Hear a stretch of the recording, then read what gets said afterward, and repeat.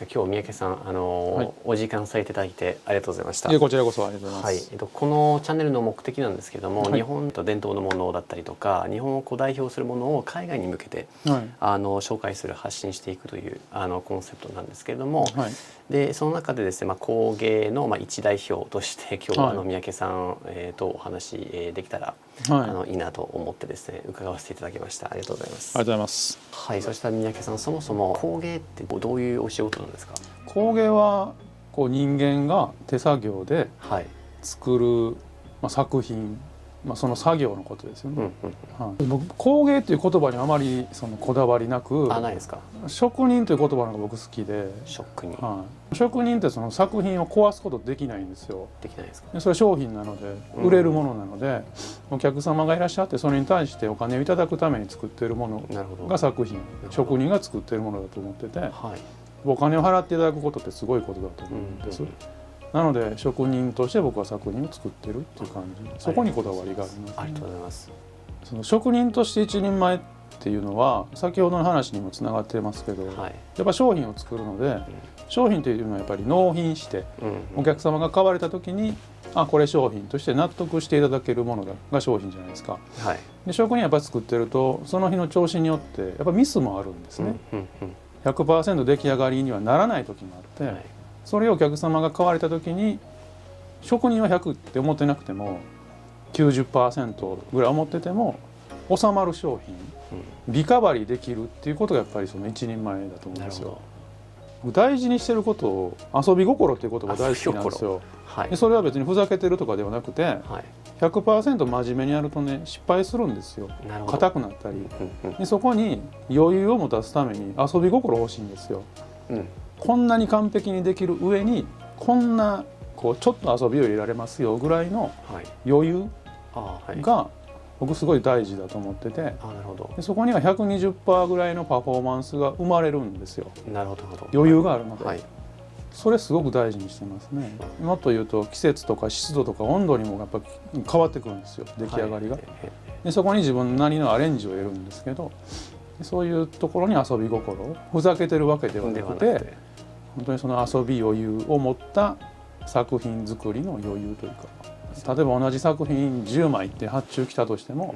全部違いますよ。そうですね。素人さん見ても分かんないですよ。そうなんですか。ただ僕自分が見た時にこれはこうしたなっていうのは全部分かりますし。それお客様にお伝えするんですか？しないです。しないですか？しないですね。求められたらもちろんしますけど、今回はこういうところをこういうふうにしましたよっていう。そういうところも遊び心ですよね。ちょっといたずらというか、全然分かんないことしてますよ、作品としてはね。ただ常にそういうことを心構えとして持ってますね。ベースの生地はもうそもそもシルク 100%、これはもう間違いないですね。あとその金箔とか金粉とか、キラキラ光るラメとかっていうのもたくさん使うんですけど、光り方であるとか、使いやすさとか接着性とか、そういう物理的なことは気にしてますけど、あとそのアワビの貝殻は使いますけど、これはもう天然素材のアワビっていうのは決めてます。なるほど。先ほど、オフカメラですけどおっしゃったんですけど、それもともとありえないことを成し遂げるってところが結構お好きだったっていうか、そのなんか、先ほども言ってましたけど、商品を作るので、いかに安全に作ってミスなく作れるかっていうことに走りがちなんですよ、職人って。でもそれってどこにでもあるものしか結局できないんですけど、でそこにこう物理的にありえないようなものをこう注文されたりすると、とりあえずやってみますって必ず言うんですね。でそれやってるとできないんですよ。できないですか？そもそもできるわけないものなので、どこにもないものなんですよ。で悔しいんですよ。悔しいですね。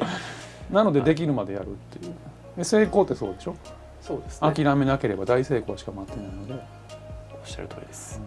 その柔らかくする技術っていうのはもう他にないっていう、ないと思いますね。柔らかくできたとしても、それをそもそも接着しにくい素材ですので、貝殻の内側っていうのが、それを着物に貼り付けて、貼り付けるのも形通りにもう本当に寸分たがわず貼り付けてて、それを柔らかくなっててめくれないっていうところが本当に難しいと思いますね。いわゆるずっとめくれないんですよね。めくれないですね。めくろうと思ったらペンチいるんじゃないですかね。ぐらい接着させてますね。レンタルっていうところの方が多いと思うんですね。となると1着作るとやっぱり何人もの方が着られるので、着るたびにこうめくれてきたらやっぱりダメじゃないですか、はい、ですから普通に着られる着物よりも全然耐久性は強く作ってますね、はい、そこも課題ですけど。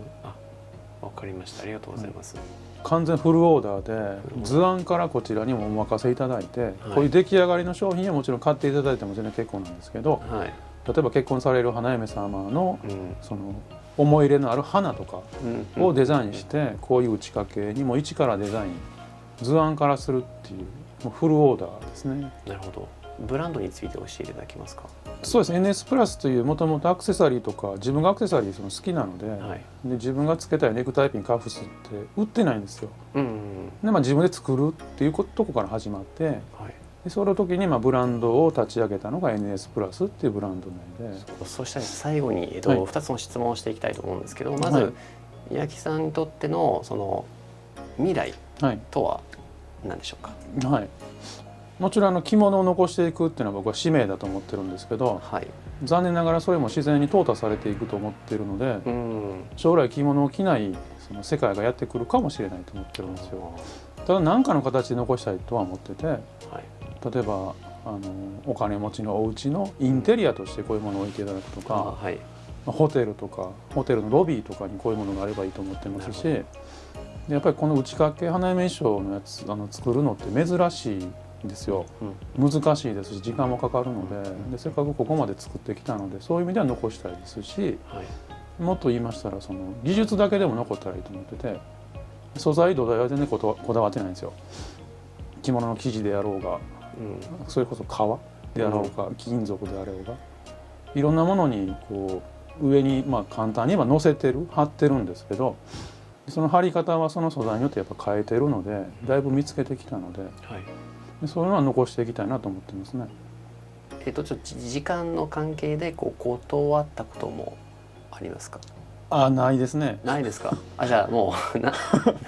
負けず嫌いなんですよ。本当に究極の負けず嫌いですね。なので無理やりでも徹夜してでも仕上げますね。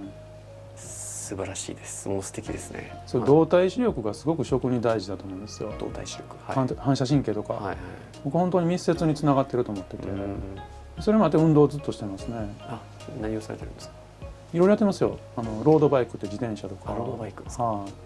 が今主ですかね。あとは本当に筋トレとか体幹トレーニングとか、ウォーキング毎日1時間歩いてますね。そうなんですね、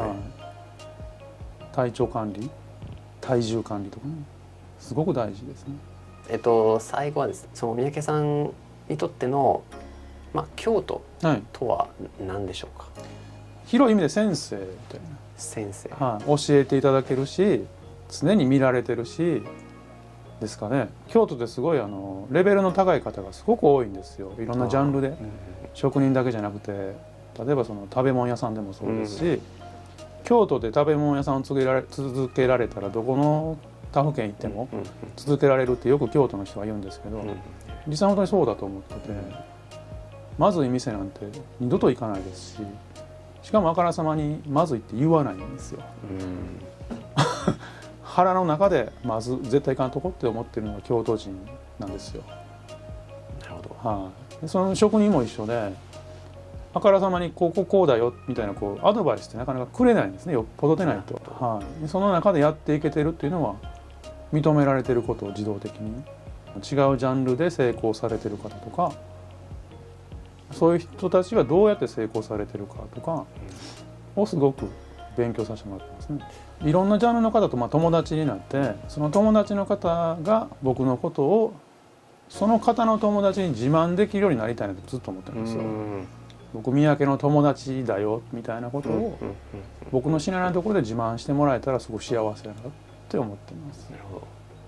ぐらいになりたいなと。そうですね、はい、最後にお伝えしておきたいことがもしあれば。なんでしょう。本当海外をつながりたいなと思ってまして、はい、本当ジャンル問わずファッション業界、アパレル業界、今もまだ大っぴら言ってないんですけど、あるその全国展開されてる海外ブランドとかとつながれそうであったりとか、そこにはこういう何かにこういう加工、金彩工芸、螺鈿とかの加工をその海外に展開されてるブランドさんと組んで、なんかパッケージングに僕のちょっと仕事を入れるとか、そういう展開をしていきたいなと。今実際そういう話がちらほら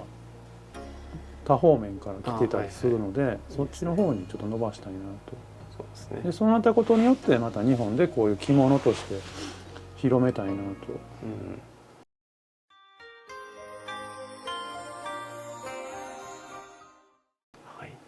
ぜひ本日はお買い上げになった上でぜひ実際に確かめていただけたらわかりました。最後にそういうちらっと本当の性格が分かりましたというところでありがとうございました。ありがとうございます。